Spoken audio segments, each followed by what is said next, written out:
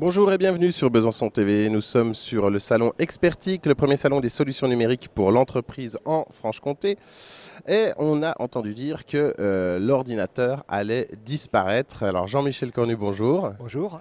Alors Jean-Michel, qu'est-ce qui se passe? C'est-à-dire que l'on voit que quand on se projette un petit peu, le clavier, l'écran, tout ça, c'est des choses assez récentes parce qu'il n'y a pas si longtemps que ça, il y a 40-50 ans, déjà il n'y avait pas beaucoup de claviers et puis tout le monde n'avait pas des claviers et tout ça. Donc l'ordinateur, petit à petit, la technologie est en train de disparaître. Plus de clavier, plus d'écran et éventuellement l'ordinateur on ne le voit plus. Alors qu'est-ce qui remplace, Alors pour tout ça? interagir évidemment, eh bien, on pourrait aller plus loin. Alors là on va se projeter un petit peu plus loin comme ça, mais finalement on pourrait interagir avec le cerveau. Et ça commence déjà à fonctionner. C'est pas simplement de l'utopie, non, c'est déjà dès aujourd'hui, il y a déjà un premier casque qui est commercialisé, même deux casques maintenant, commercialisés avec les interfaces avec le cerveau. Alors, Alors voici un. je vais présenter le petit casque, je vais le montrer en image pendant que vous allez le commenter. Alors ça c'est un casque effectivement donc très simple, hein, il coûte 50 euros donc pas très cher et il a pour vocation de capter une onde cérébrale donc avec le petit capteur que l'on voit là ici donc ce capteur il capte une onde de l'attention donc ça permet simplement déjà de savoir si vous êtes complètement concentré sur quelque chose. Et puis on essaie de capter autre chose ici c'est le niveau de détente mais là on a triché un petit peu c'est à dire que c'est simplement avec des capteurs sur la peau de manière à pouvoir voir si la résistance de la peau un peu comme dans les détecteurs de mensonges eh bien vous permettre d'être détendu ou non. Simplement avec ces deux choses-là, eh bien, on va être capable de pouvoir s'amuser un petit peu. On va jouer. Alors vous connaissez tous évidemment Star Wars, et puis la scène où le Luke Skywalker, simplement avec la puissance de Jedi, eh bien, va pouvoir se concentrer et faire lever son vaisseau. Alors on va essayer de faire la même chose. Là, sur Avec le ce petit plateau, casque. allez. Sur le plateau, alors on va voir. Je suis pas sûr d'y arriver. Alors, Je suis Jedi, mais ça fait longtemps. Donc, je prends le micro pour l'instant ou ça voilà, va oui. aller, le temps que vous équipiez. Voilà, on met le casque. Alors, le petit capteur, celui-là, sur le front, ok. Les autres sur la peau. Hop, je rends le micro. Donc, là, j'ai effectivement le capteur qui capte mon onde d'attention. Et je vais essayer de faire lever la petite boule là, donc Alors, simplement. on va passer à l'écran l'image. Voilà. Donc, voilà, là c'est l'attention de Jean-Michel. Ah, l'attention redescend. Oh, voilà. Bon, alors on va essayer de faire autre chose cette fois. Alors là, on avait à la fois la concentration pour arriver à lever la boule, mais aussi le niveau de détente. Donc c'est ce D'accord. qu'ils ont appelé dans le petit jeu la méditation. La méditation. Simplement avec la concentration, je vais essayer d'attirer la boule à moi. Alors je vous préviens tout de suite, ça marche pas à tous les coups. Des fois j'arrive à tirer la boule, mais j'arrive pas à l'arrêter. Donc si je me la prends dans la tête, bon, tant pis, on verra bien. On va essayer comme Suicide ça. en direct sur le jeu, Voilà. sur le jeu vidéo. Alors attention, c'est parti.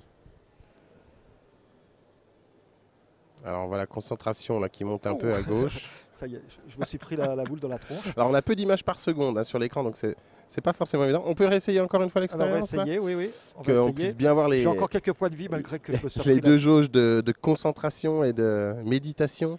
Voir un peu comment ça se passe. On manipule en même où est-ce que je temps. peux retrouver. Alors j'essaie de retrouver la boule, parce que j'ai perdu la boule dans dans l'histoire, ce qui est quand même un problème avec le cerveau. Ah bah tiens, voilà, je vais aller la chercher là-bas. Voilà. Alors normalement, hein, je vous rassure, les images sont fluides.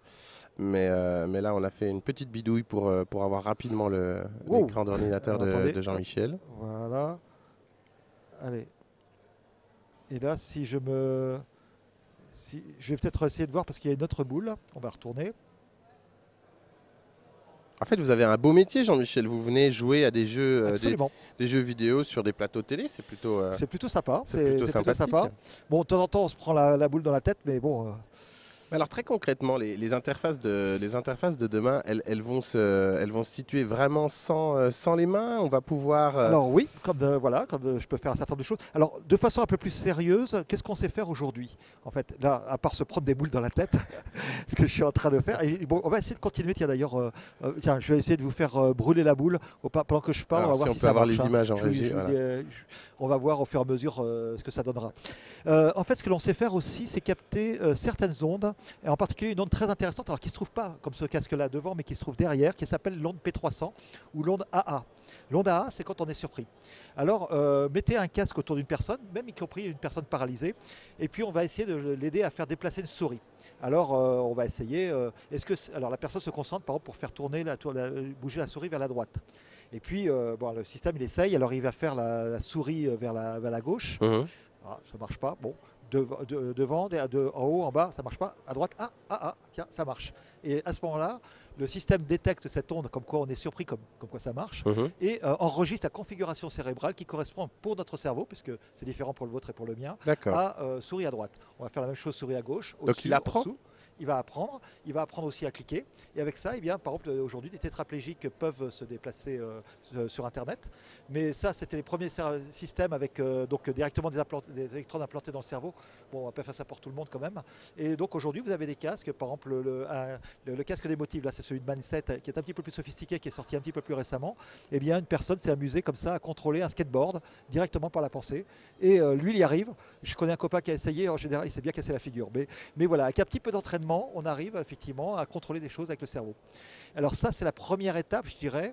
Et il faut savoir que IBM investit très très lourdement ces prochaines années sur ces interfaces-là, donc prend ça très au sérieux, puisque aujourd'hui, on arrive à détecter, par exemple, le visage d'une personne à qui vous pensez.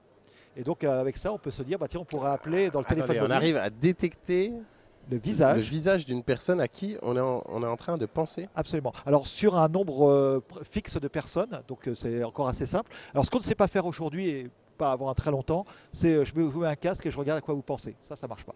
Mais par contre, on commence à avoir des dessins et même on peut imaginer un petit peu comme dans Inception d'être capable de capter certaines images de rêve. Par contre, D'accord, et de les partager évidemment directement sur il est Facebook. partagé sur Facebook exactement. Voilà. Ça va être le Voilà. carnage. Alors pendant que je vous parle, je suis tellement pas bien concentré que j'ai pas encore fait cramer la boule, mais bon, c'est pas grave.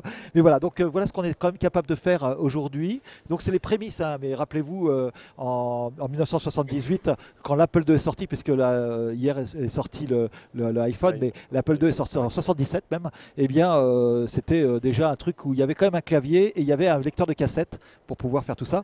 Et puis on voit aujourd'hui comment ça a évolué. Là, on en est aux prémices, mais voyez, on peut faire des choses quand même très intéressantes. Ouais, je suis sorti également en 77. Ouais. On voit comment ça a évolué. Exactement. Jean-Michel, je vous remercie. Je rappelle que vous êtes agitateur du groupe de prospective numérique en Franche-Comté et directeur scientifique de la FING Fondation Internet Nouvelle Génération. À bientôt.